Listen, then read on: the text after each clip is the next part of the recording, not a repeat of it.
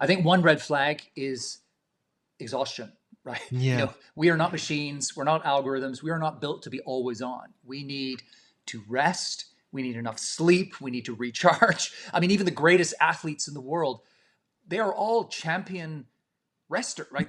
They take tons of time for rest, for sleeping, for relaxation, and so on.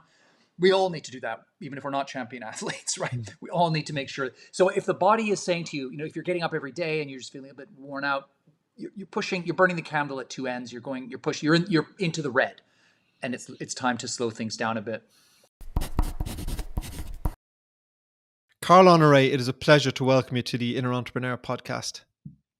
Thank you very much. I'm thrilled to be here. I'm delighted to have you.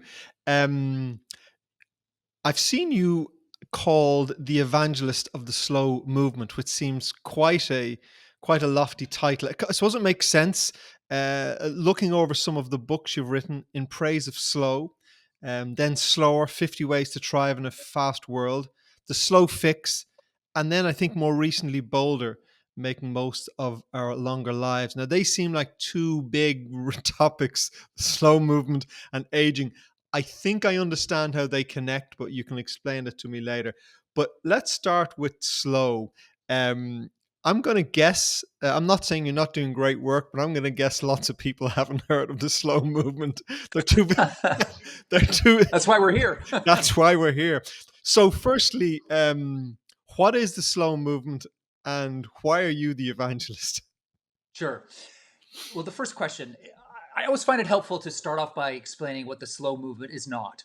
Because I think a lot of people hear slow and they think, well, that means doing everything very slowly. It means ditching your iPhone, giving up your career, moving to the mountains and growing organic carrots. That's maybe one version of slow. It's certainly not all about doing everything very slowly. I'm not an extremist of slowness. I love speed, right? Faster is often better. We all know that, but not always. And that's really the key to unlocking this slow revolution. It's about doing things at the right speed. Musicians have a beautiful term for this. They talk about the tempo giusto, right? The correct tempo for each piece of music.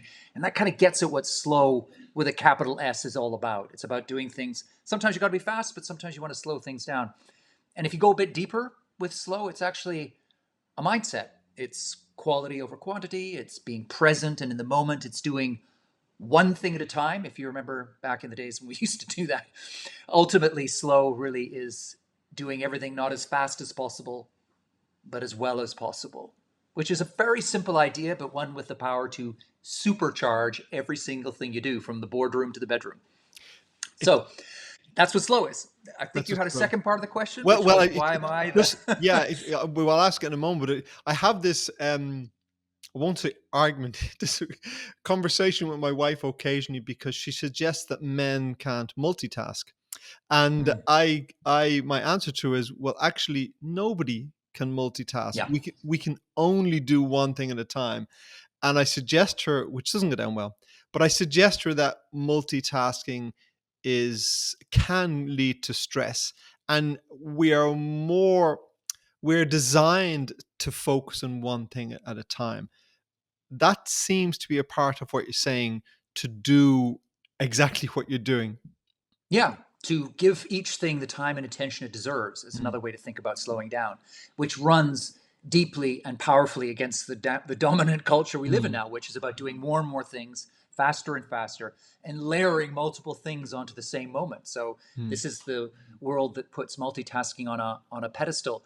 And your wife is not the only woman who goes around saying that. My wife has been heard to say the same thing, but it's not true. I mean, neuroscientists, both male and female, are of one mind on this, which is that human beings cannot multitask. We can't think meaningfully about two things at the same time. If when you're multitasking, in inverted commas, what you're actually doing is you're juggling.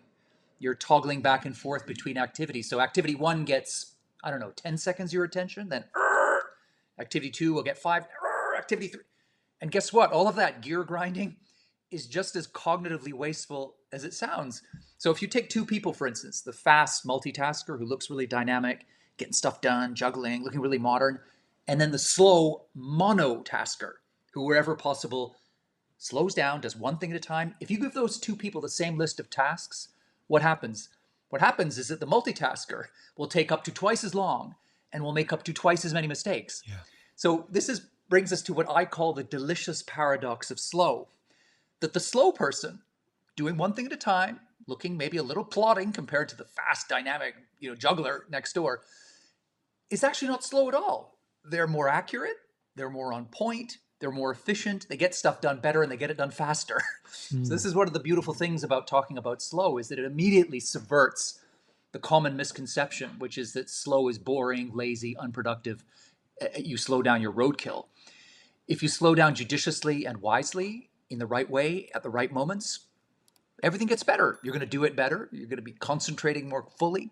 You're going to be more creative. There's just so many things improve when you slow down. And one of the first steps doing that is to hang up your multitasking hat and go monotasking wherever possible.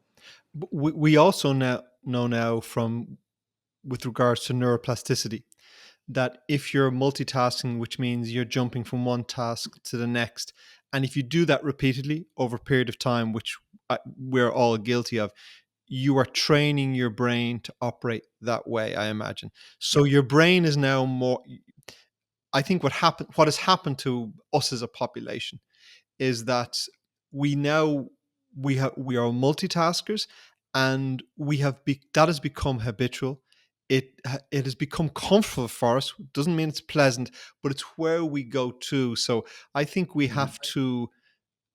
Sorry, when I say we, I have had to drag myself out of multitasking because my Mhm. mind goes to it, and you have to retrain your brain. So I think part of embracing the slow movement is the realization that we are going to have to retrain how our Yes. brains want us to behave. And the good news is you said it there in words of pretty much one syllable. The brain is plastic. Mm, So we've reworked the brain and rewired it to be multitasking. mm, That means we can choose to unspool and rewire it back to mm, its original point, which was being able to concentrate on things. And it's so true what you're saying there, that the default setting for modern society and culture has become multitasking. It's got to the point where it's just eroding every single thing that we do. I mean, people, there's this whole phenomenon now, second screening, where people mm. can't even watch a Netflix show or something without looking at another screen at the same time. And now we've got the tail wagging the dog. So people are making TV shows and so on, knowing that the audience is multitasking, won't be able to concentrate. So what do? They dumb down.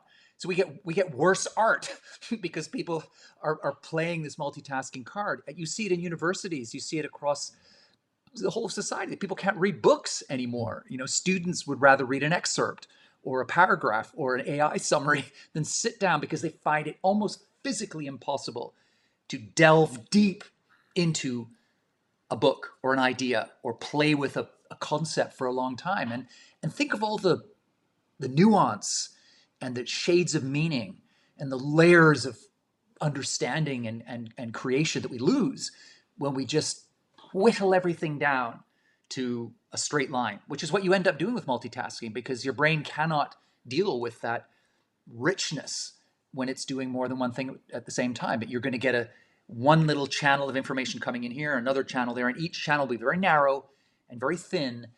It'll be thin gruel. And is that really what living is all about? Is that good for the workplace? The answer is no on every front, right? There's so much to be gained when we move away from that multitasking model, slow down and start monotasking. It makes me think of sometimes you watch a movie, a great movie, but you've read the book, and people go, "That was a great movie," and you go, "Yeah, but the book was phenomenal." But Yeah, I'm that's sure right. you've had that experience, and you go, you read, you. I'm going to say maybe the only exception is Lord of the Rings, but but then Yeah, it took them 9 hours to make the movie. that's a relief that it's Yeah. not. Yeah, But by and large, you've spent whatever, hours and hours and hours reading a book, and you immerse yourself in the characters and all the situations.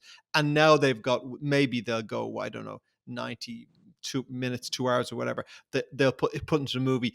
And it's enjoyable, but it's never quite good. And I think that's kind of what we're tasting in life. We're tasting the highlights of the movie, and we're yeah, not we're not appreciating what it would really feel like if we opened the book and read it word for word. yeah. I mean, that's a good metaphor. I think food is a good metaphor for this. The kind of The TV version or the movie version is like scoffing down a canapé. Yeah. Enjoying the book in all its fullness is like sitting down to a 5-hour banquet, right? And Yeah. they're two different things. And sometimes all you want or need is a canapé. Yeah. But if you live in a world that's all about canapés, that ultimately is pretty unsatisfying and Yeah. superficial. And I guess what the slow movement is preaching is that we want to get back to a world that's much more of a smorgasbord. So there are moments when, sure, sometimes you just want a quick hit of something, or you want a little dopamine squirt, or a bit of fun, or a bit of canapé. But other times you need to roll up your sleeves or just kick back and sink into a long, slow journey of Mm. either discovery or pleasure or both. And it's about finding that balance again. It's about finding the balance between fast and slow. I think what I'm hearing is we need it's not good or bad. We need the ability to do both. And what I think you're drawing attention to the fact is that we're losing the ability to do both. We've dropped into a fast world, which by the way, you need at times. You're trying to make a flight or something, but you need Yeah. but but the slow world is there. I was in I've been in India a number of times, but I remember the last time I was there, and it could be 8 years ago or whatever, on a meditation retreat, but it was very, very hot over there. And they took us up this beautiful outdoor shaded area one day. And so we were staying in the shade, so it was a small-ish area.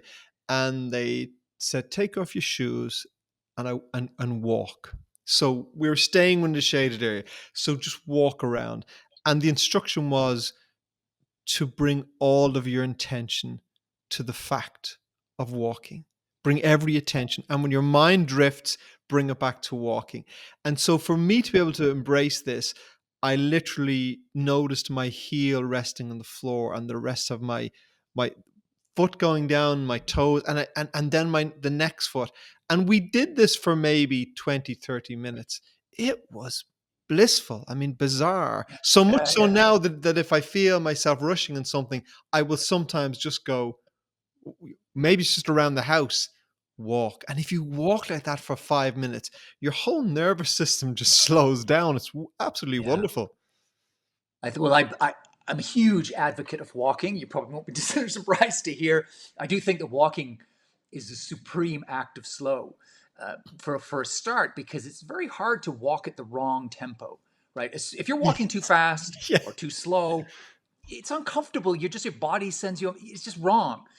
If you are walking, you settle into your tempo justo, right? You're the right tempo for Mm. you, and then you've got that thing of moving through the world. Especially, I'm talking about walking without sort of listening to music and podcasts and so on. And you can fire up your five senses. And there's something about, I mean, there's that Latin phrase, solvitur ambulando, the idea that things work out through walking. You solve things through walking.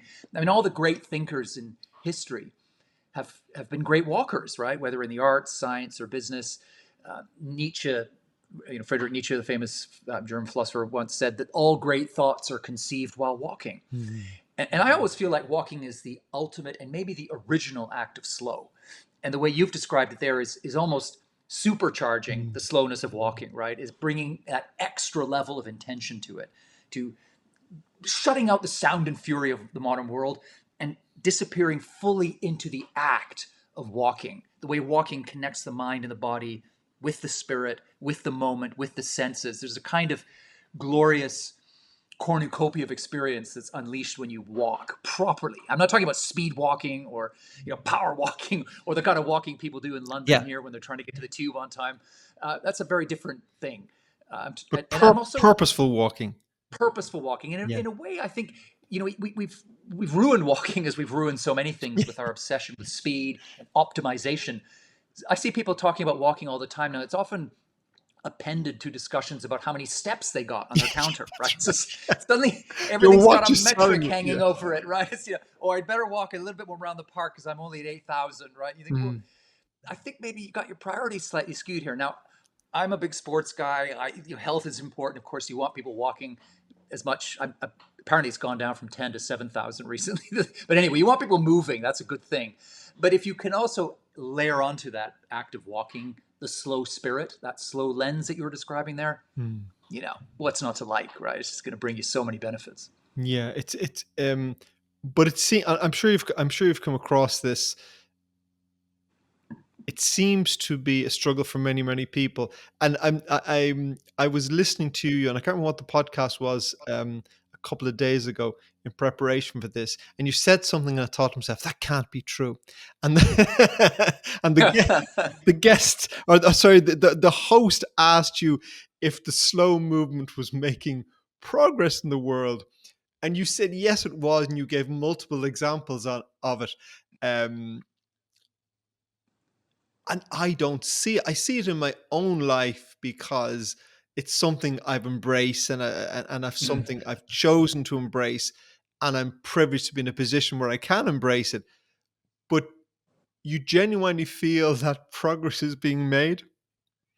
I do. I mean, I think that the driving impulse of our society remains acceleration and speed, Yeah. and that's received recently an extra fillip from the arrival of AI. Of course, Yeah. I'm not. My head is not buried in the sand. I can Mm. see that there's a lot of pressure to go fast, and that pressure, in some ways, is increasing. But I do think I don't just think. I see the proof of it is in the eating. Right, that there are so many ways in which people are committing small and large acts of slow rebellion against that, right? Looking for ways to carve out slowness in this relentlessly fast world. And it's everything from the way we're using technology in different ways now. I mean, I'll just give you a couple of examples. You're from Ireland. Spain's another example where I think you are at the moment. Mm. I mean, we've had some of these countries have recently passed laws. So this is getting on the statute books, giving people the right not to be pestered by their Yeah. companies, by phone outside the office, right? I think that would have been unthinkable 5 years ago. It's not today, right? Because the Mm. dial is moving. People are saying, you know what, tech is great. We love a bit of social media. We understand the need to be productive and get stuff done when we're away from our desks. But the idea of being always on, never able to unplug, is preposterous, right? Mm. It's toxic. It's bad for humans, and ultimately, it's bad for the company that the humans are working for. Mm. So we're starting to see these big, that's I consider that a tectonic shift. You can also see it now. There's just been some research came out recently about how the young generation of digital natives are leading the charge away from social media. They're not even waiting for their parents to lean on them now. They're saying, you know what? Okay, we love a bit of Snapchat, Instagram's great fun, YouTube, bring it on, but not all the time, right? So they're either, uh, limiting their social media accounts, they're limiting the time they spend, they're disconnecting completely from social media. They're looking for ways to get back to slower connections with Mm. people in real life. They're leading the charge in that whole resurgence of artisan bread making and knitting and board games and cafes where nobody has a phone. These are all young people. It's not my generation of 50 somethings who didn't grow up with Mm. screens. It's the digital natives. And there's a wonderful social ritual that's emerged recently. I'm not sure if you've come across it, called stacking. Have you heard of this? Where young people go out for a coffee at wherever, Starbucks or whatever, and they sit around the table and everybody piles their phone up in a stack, Wow. and whoever grabs the phone first to look at social media or send it pays the bill for everybody at the table, right? Wow. Which is just a nifty way of saying, we have this moment here together now.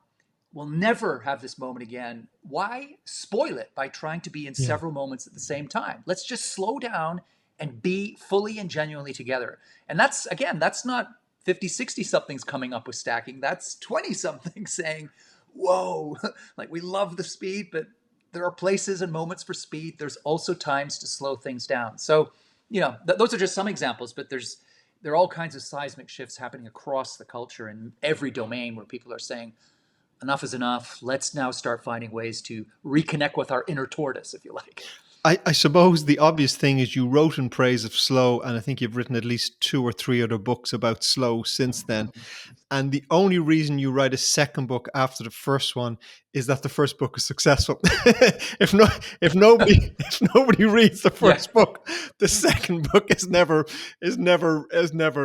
published. But you've written multiple books on that, and huge views in your TED talks, and you're in demand as a speaker as well. So what that tells me is that definitely people want the message. To the degree to which they adapt into lives, you can't be held responsible for that, but they want the Yeah. message.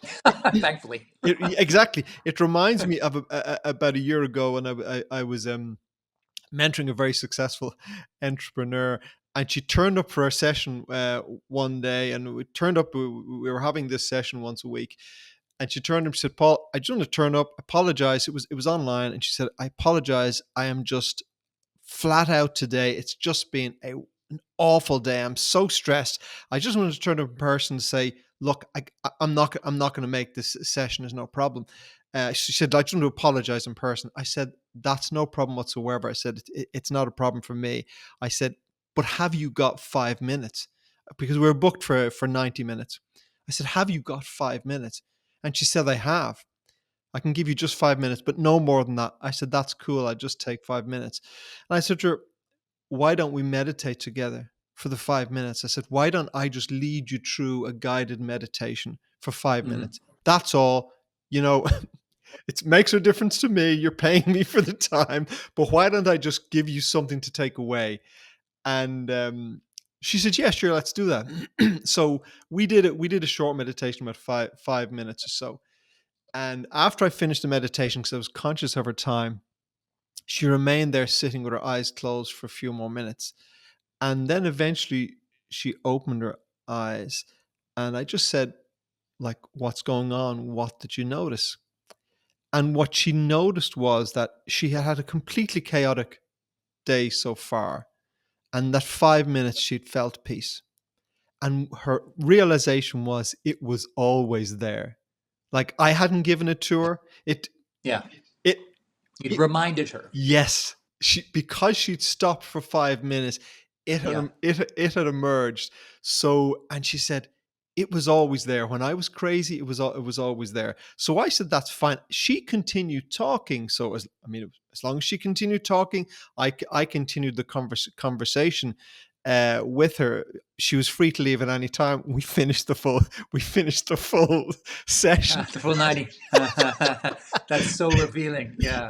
The point, and this is kind of what I feel about slow, and it makes sense why so many people want to buy your books, because at some level slow is there.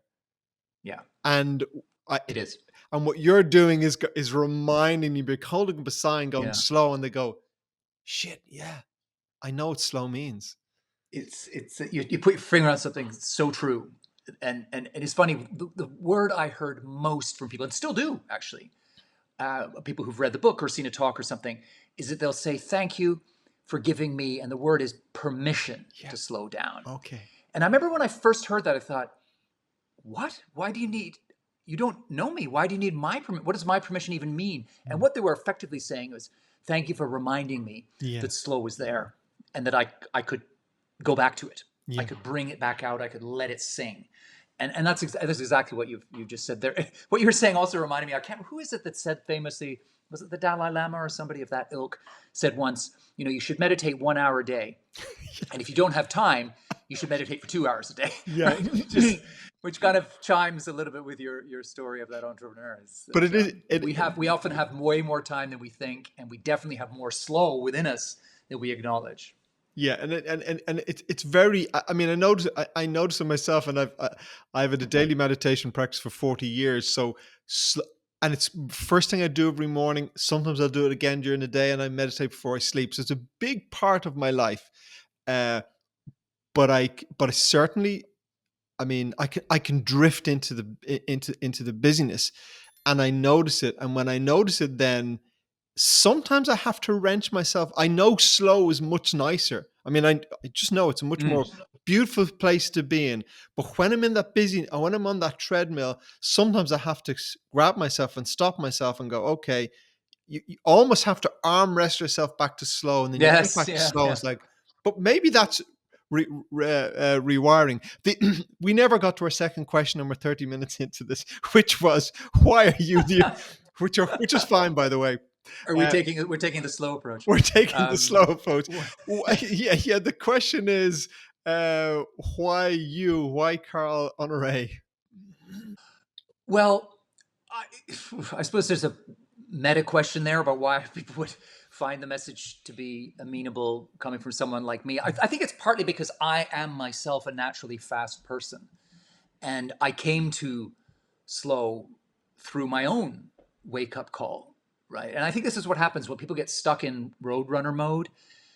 and they're skimming the surface. Every moment of the day is a race against the clock, and they're rushing through life instead of living it. It very often takes a shock to the system or a wake-up call to make you realize that you've forgotten how to slow down and this is doing you real harm. For a lot of people, that comes in the form of an illness. The body one day Mm. throws in the towel, and that's just, I can't take the pace anymore, and you get a burnout. I had my wake-up call when I started reading bedtime stories to my son. And honestly, back in those days, I just couldn't slow down. So I'd be sitting on his bed, speed reading Snow White and the Seven Dwarfs. Yeah, skipping lines, paragraph. I became an expert in what I called the multiple page turn Yeah, technique, yeah. which if you're trying to smuggle forward, You're but it not never getting works, away with right? it. You're not getting away with it. They know these stories back to front. So my son might say, "Daddy, why are there only 3 dwarves in the story? What happened to Grumpy?"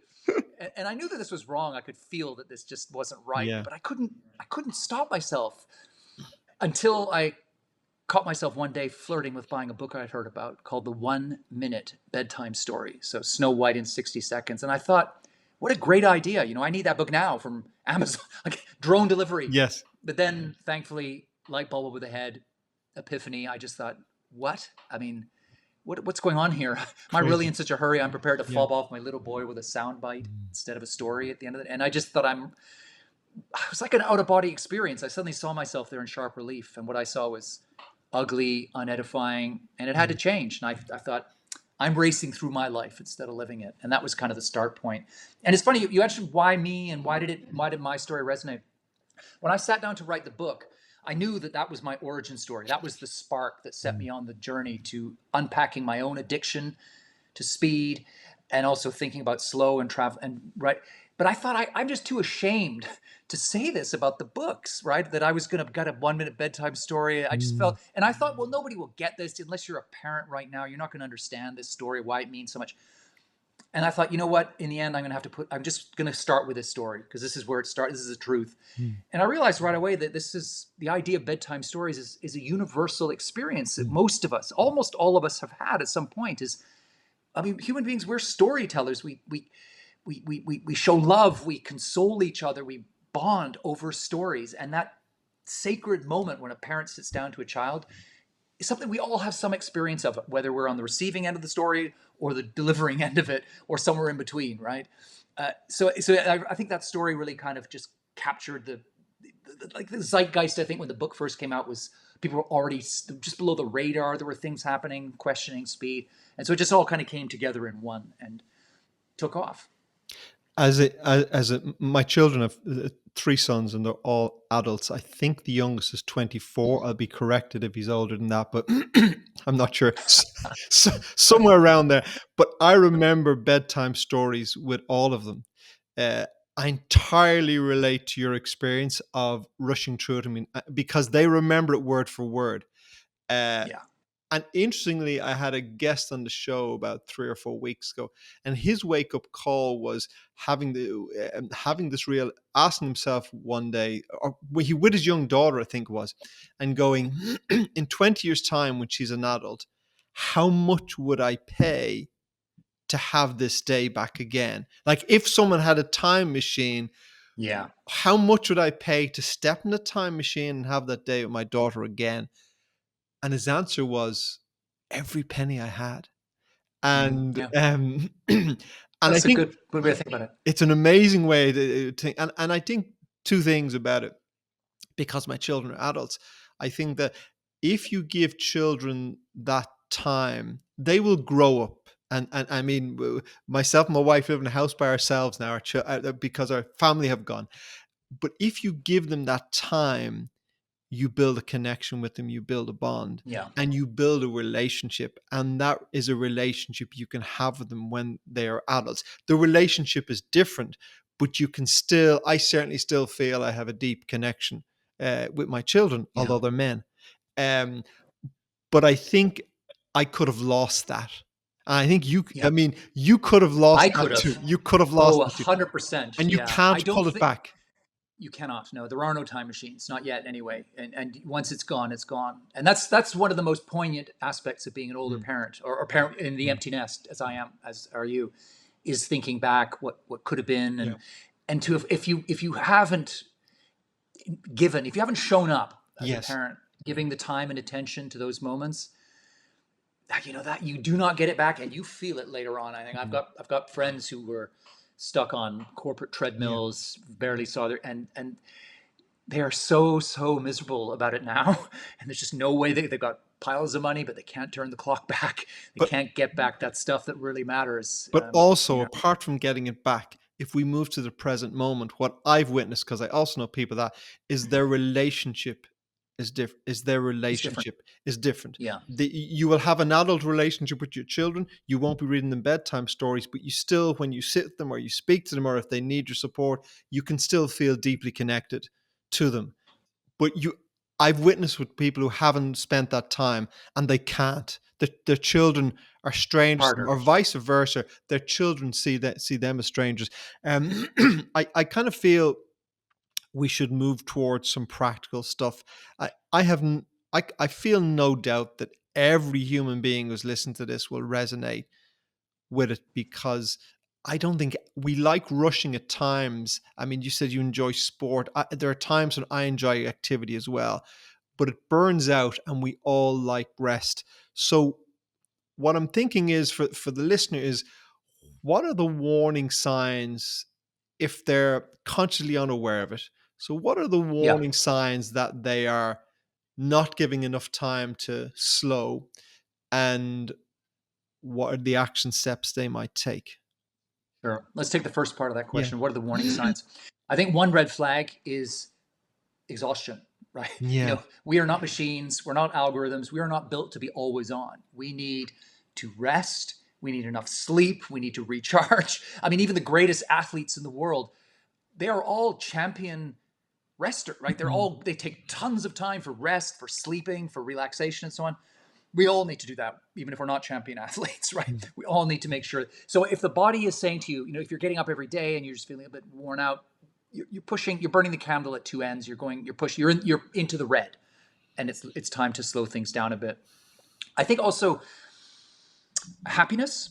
I mean, one of the great Mm. things that you get from slowing down is pleasure. You take because you're giving the attention and time to things that they deserve. You get more out of them. There's just more joy to be had. So I think if you're feeling, like feeling unhappy, going too fast is not the only cause of that, but it's definitely one of them. I think loneliness as well. If you feel disconnected, if you feel you've got a problem, something that's weighing on you, but you can't think of anyone that you could share it with, that, we're in the middle of a global loneliness epidemic. And I think one reason for that is too much speed, because we're too busy, we're too distracted, we're over caffeinated, we're too tired. We just don't show up with other people. We can't listen anymore because our heads are all over the place. So that's another sign, I think, loneliness. And I'll throw another one in as well, which people maybe don't think of as much, a red flag for being too fast, and that is memory. Now, the Czech novelist Milan Kundera wrote about the intimate bond between slowness and remembering. And what he meant was that when you are living in fast forward, when you're racing through the world in turbo mode, everything's a blur and nothing sticks. And I think when you're living fast, we often have that experience, right? You sit down at the end of the day, your head hits the pillow, and you think, "Whoa, what?" I watched a Netflix series. It finished last night. I don't remember how it ended. Right? What did we have for supper 2 nights ago? Someone said this thing to me at a party. I thought it was what nothing. You just don't remember things, and that is not, in most Mm. cases, that is not early onset dementia. That is just living too fast because nothing can stick. That was one of the things I noticed really early on when I began putting on the brakes and living in a slower manner, was that I began remembering things more. Things began to stick. And that's such a huge part of a life well lived, is that database of rich memories we build up. And if you don't have that, well, that's also going to make you a little bit unhappy as well. So those are some of the red flags to keep an eye out for. You said something there that really struck me. Well, all of it. You're talking about the body communicating it to you, basically, when when you're not smart enough to figure it out yourself. Yeah. I mean, that's what burnout, that's what overwhelm is. Um, Something I discovered about myself many years ago was that my body always spoke the truth, but my mind frequently lied to me. So my mind frequently go, "Yeah, Paul, you can do this. Take that on. Take that project on. No problem to you." And my body is feeling heavy and tired, and your body just doesn't lie to you. So I think, No. and the other thing is, your body, if you do slow down, I mean, try it. If you slow down, how will your body feel? You don't have to answer that question, because we know instinctively our bodies will love it. They will feel better. That has to be entirely better for our whole system, every part of us, mind, body, soul.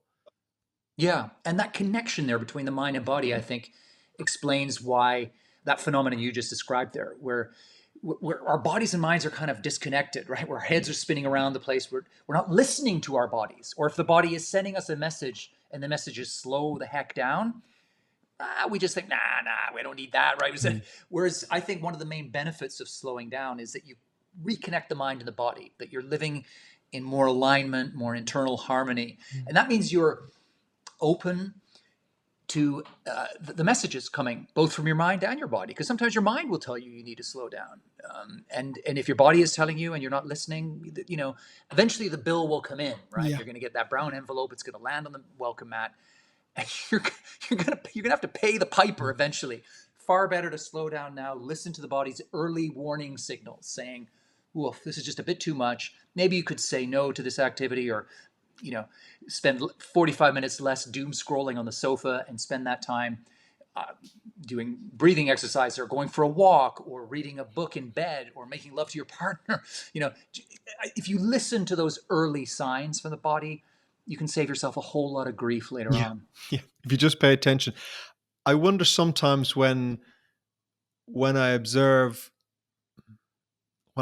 people around me in extreme states of busyness, and they know I'm passionate about meditation. I go, oh no, I tried it, it doesn't work for me. And I wonder sometimes what they're avoiding, because Yeah.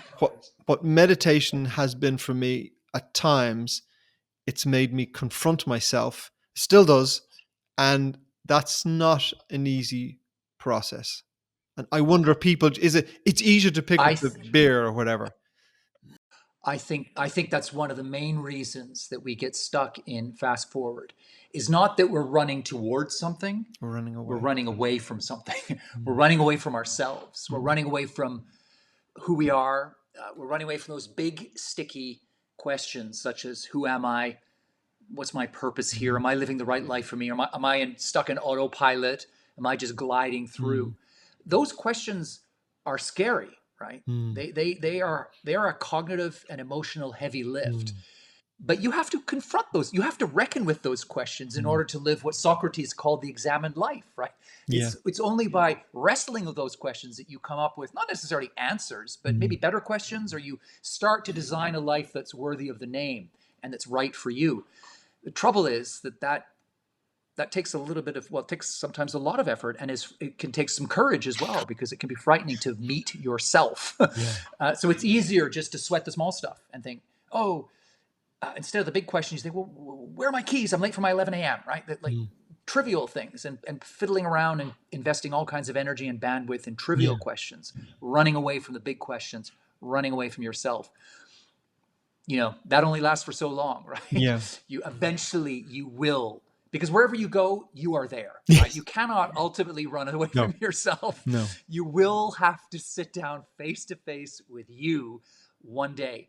Better to start doing it now and allow yourself to map out a life that's going to light you up, and show you the way to happiness, joy, fulfillment, meaning, all the good stuff, rather than kind of kicking it down the road, going through a lot of pain, going down a lot of wrong turns and rabbit holes, and then eventually somewhere down the track, whether it's through a burnout or whatever, just finally confronting yourself. I mean, so often I'm now 57, so I've gone through eras of having friends in their 30s and 40s, and I noticed a lot of friends in their 30s and 40s kind of finally waking up, either through some kind of health thing or something, and it was almost like they'd been sleepwalking through their lives to that point. And now sleepwalking gives the impression, the metaphor implies slow, dozy. But no, these were whirling dervishes, right? People doing a ton of things, getting stuff done. But they weren't, they were skimming the surface. They were kind of running away from themselves by becoming that busy at some stage. And it was only when they finally sort of stopped and looked, they thought, my God, I've just spent 15 years doing something that Mm. oh no, I'm going to stop, right? And then would pivot out into doing something different or doing what they were doing before in a different way and so on. So I always feel like fast speed, turbo living is an instrument of denial for many of us. And denial does not lead to good places. Right? Far better to face up to yourself and make good decisions about your life based on that. I feel like therein lies the biggest obstacle and challenge to the slow movement is people's fear of what they will confront when when they slow down. You know, when you dig really deep, I sometimes think you're right there. I mean, people always say, well, why are we so fast? And I trot out the usual cocktail, right? Mm. There's the pressure at work. There's the, consumerist culture with creating a smorgasbord of things to do. And there's technology. There's all these things driving us or apparently driving us to go faster and faster and be busier and busier. But I do sometimes wonder if you just dug through all of that, you get down to the deepest root, which is the one we're talking about here, which is this existential Yeah. fear of the self and this flight from oneself. I think that's quite possibly the real motor, and as a result, the biggest obstacle. And so we know this is the obstacle, but still people may want to embrace slow. What's the starting point for someone driving in their car today? They're home from work, they're crazy, crazy busy. How do we start to embrace slow? Well, I would always say start small, right? I mean, this is one of the ironies of today is that we're all so pumped up with adrenaline and so impatient that we even want to slow down Mm, fast, yeah, right? So yeah, that's it. How good? people often Yeah. What's the people highlights of people the live. episode? Yeah, that's right. Give me, or you can listen to my book in in a 3 minute resume. People do often say to me, "Oh, I read your book, or I saw your talks or TV or something, and I thought this is great. I got to slow down." So they signed up for some yoga, then they ran across the street to do some meditation, then they rushed home to cook a 4 course slow food. That's not the way to go about it, right? It really is one step forward, run a pilot project, test things out, one step back. It's going to be messy. You're going to have withdrawal symptoms. You're going to have to find your own way because there's no single recipe for slow, right? Everybody's Yeah. different. But there are little levers, little hacks, if you like, that people can start off with. I think the first thing is looking at your calendar for the week and just pinpointing one thing every day right now that you can let go. And nobody is so important and got so significant that every single thing in their calendar is essential. I mean, there's always something somewhere, even if it's that 20 minutes of doom scrolling you do, at lunchtime, just something that just you can let go. So just less is more. Open up more space in your diary for the things that really matter, or just for doing nothing at all, right? Just resting, letting your mind wander. So do less, and it helps, I think, sometimes to have what I call the not to do list. So we all have a to do list, right? If you're taking things off the to do list, put them on a not to do list. Keep that list in a drawer or on your phone somewhere, and every once in a while look at that not to do list. And it's a very useful and salutary reminder that the things that in the here and now we think, oh, I can't let this go, it's so important, the sky will fall in, my Mm. career will fall apart, I will lose all my friends if I don't do this thing. 3 weeks from now, you won't even remember that thing. I guarantee it, right? Most of the stuff that we're cramming our schedules with now is not that important. Ultimately, it's fluff, right? Mm. A lot of it can go, or at least some of it can. So less is more. That would be my first suggestion. Number two, that little weapon of mass distraction you're carrying around in your pocket, take back control. Turn off notifications, turn off vibration. You be the one who decides when you look at your screen rather than being interrupted by other people. Because when your notifications are open and you can get pinged audibly or physically, what you're doing is you're allowing other people to control your time and attention. Take that control back by switching those things off. I have an iPhone, right? I don't miss stuff, but I never get interrupted because it's always off. Everything's muted all the time, right? So that simple little change like that makes a big difference. I think a couple other suggestions I'd make. One is to incorporate some kind of slow ritual into your day. And it doesn't have to be 5 hours, it can be just 5 minutes. It might be, you talked about meditation, Mm. that's a great one. It could be some yoga stretches, it might be knitting, it might be reading poetry, it might be sketching. I find that a really good thing for me. I'm a terrible drawer, but the act of Mm. sketching, looking, rendering something on a page in lines, looking again. How often do we look at something in that deep way? Really slows me down. So build that into your schedule and have it there as a way of inoculating you against the virus of hurry in your day to day. Mm. Could be just a couple of minutes here and there. It might be 5 minutes. On a better day, it might be 10 minutes, whatever it is, right? Just have it there. And then another suggestion I always make for people is Mother Nature, right? Like the Mm. science is really clear on this. Being in green spaces reduces stress, sharpens concentration, boosts well being. It just slows us down because Mother Nature is the ultimate workshop for slowness, right? I mean, you can't speed up nature. We try to, but it always ends in Mm. tears. So being in nature is a really good way to slow down. Of course, if you can go do a 3-hour hike in the forest, wonderful. We can't all do that every day, but we can, most of us, go out into our back garden. Or if we don't have a garden, we go to the local park and just kick your shoes off and sit in the grass, run your blades of grass through your toes, be outside, hug a tree if you're Mm. feeling a little woohoo. And just get a bit of nature into your life, I think, is another way Well, of tackling interestingly, they're the all hurry. the few things. They're all very, very simple practices. Um, Most of those practices cost you nothing. There's no investment to make to get in these Yeah. practices. But we talked about when you were talking about, how we distract our lives with unimportant things. And I was reminded back to the beginning of our conversation and thinking we both have had this experience of sitting with our children reading stories. That is one moment when you're experiencing it that when you think, is there anything more important I can do? You won't find it. You will be sitting there with your child in bed and they're 6 or 7 years of age or whatever, and you'll go, there is nothing more important in the world in this moment than the time with this Mhm. child.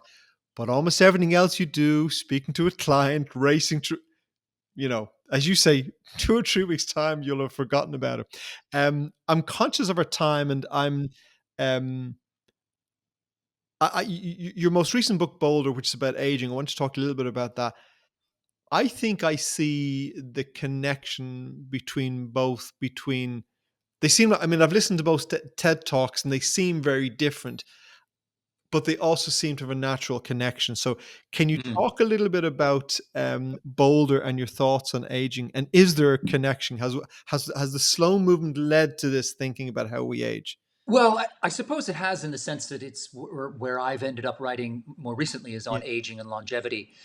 I set out to write Boulder not as an extension of slow in Mm. any way, shape, or form, but there are clearly some touch Mm. points and some overlaps, right? And the first, I think, is that in a world that venerates speed, anything that involves slowing down is going to be denigrated. And Mm. of course, as we get older, some things slow down, especially physically, right? Mm. I mean, I'm a big sports guy. I can't run as fast as I could in my 20s, right? Yeah. And that kind of sucks, Still play the same sports, but I struggle to keep up with the 23-year-olds now, Mm. and I don't like that. So I think that that's one of the reasons that kind of slowing down that can happen physically feeds into the cult of youth and the abhorrence that many of us feel at the very idea of growing older, right? Mm. And then on the flip side, on the sort of more upside, I think a connection point between slow and longevity in my work is that one of the benefits of getting older is that we tend to get better at slowing down into the moment, at being present. There's a lot of research that Mm. shows that that's something we tend to improve our social skills and sharpen. We get better at listening, at being present with people, at reading body language, all those things that allow us to go deeper and to live what I would consider to be a fuller, more slow life. We tend to get better at a lot of that stuff in the second half of our lives. Mm. So there's sort of two things there, I think, in the Venn diagram of my work that overlap a bit. That's kind of how I see it. I think certainly attitudes to the attitudes to aging seem to be changing because Mm. I'm 60 this year. Um, but I certainly feel I have the energy, enthusiasm, interest in life that I ever had. I mean, you can give me the number, but that's not what it feels. Not what it Yeah. feels like. I feel like a young man, and I think very many people in their 50s and 60s feel that there's a massive amount of life. I'm starting new projects, and I feel as excited about them as I would have done in my 20s or 30s. Yeah. But it's interesting the word you used there. You said, I feel like a young man. Yeah. I mean, you're not a young man. You're nearly 60. I'm not a young man. I'm Mm. 57. And yet there we are still linking the idea of being engaged, curious, Mm. active, dynamic, out in the world Mm. with being young. Yes. Yes. And that's one of the things that I'm tackling in Boulder is trying to reframe aging so that people don't assume that young means all the good stuff, and older means the bad stuff. Mm. This is where a lot of the Yes, yeah, problems set in, right? I And agree. I do think that things are changing. That people are now starting to see later life not so much as a hellscape of boredom and dementia and irrelevance, but are seeing it much more as a time of renewal, resetting, refueling, rebooting, and taking a lot of the learning and the experience you built up from your 20s, 30s, and 40s and onwards, and harnessing that, right? Using it to do really great stuff that maybe lights you up even more than the stuff you did when you were younger, because you know yourself better. Mm. You've had, we were talking earlier about how slowing down, a big part of it is the connection with the self, is meeting the self again, getting back in touch with who you are. And that is something I think that we get better at doing later in life, that people peel away a lot of the surface nonsense and distractions. We get less interested in playing trivial status Mm. games and in climbing the greasy pole. We want more meaning and purpose in our lives. And that's going to lead you one place. It's going to lead you back to yourself, Mm. right? So there's another little maybe touch with slow. So I think also we're also living in a golden age of aging, right? It's never been a better time in history to grow older. Just a couple of months ago, I think it was the IMF came out with a report, and they were said that the average 70-year-old today has the same level, is equally cognitively fit as the average 56-year-old was 20, a generation ago, 20 years ago, and is physically fit as the average 51-year-old, I think it was. Some I'm probably getting the numbers, but that is, it's like a quantum leap Yeah.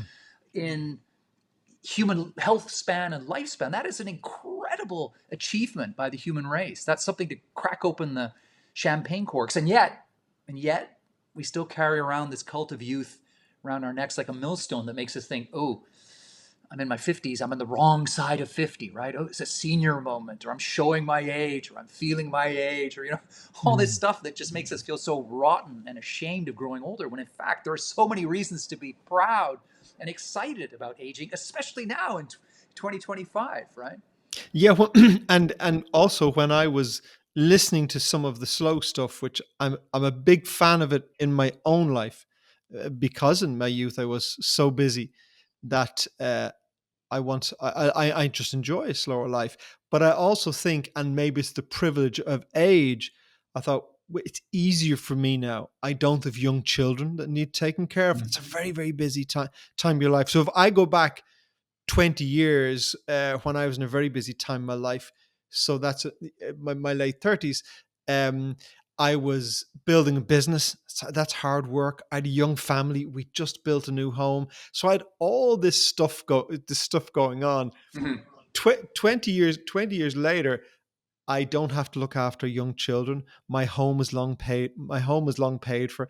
I don't have to get out of bed in the morning if I don't want to. I don't have Yeah, to, yeah, I don't have the money worries I had all those years ago.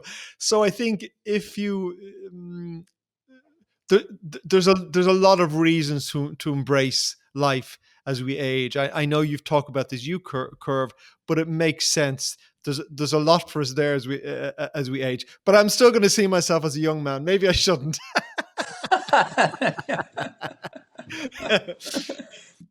Carl, Every it's been a really interesting conversation, which I feel we could continue. Um, it seems fascinating as we come to an end. The process of slowing down seems like such a very small topic, and yet as we get into it, it's enormous because it seems to just open up so many aspects of life and yeah, so many avenues to us.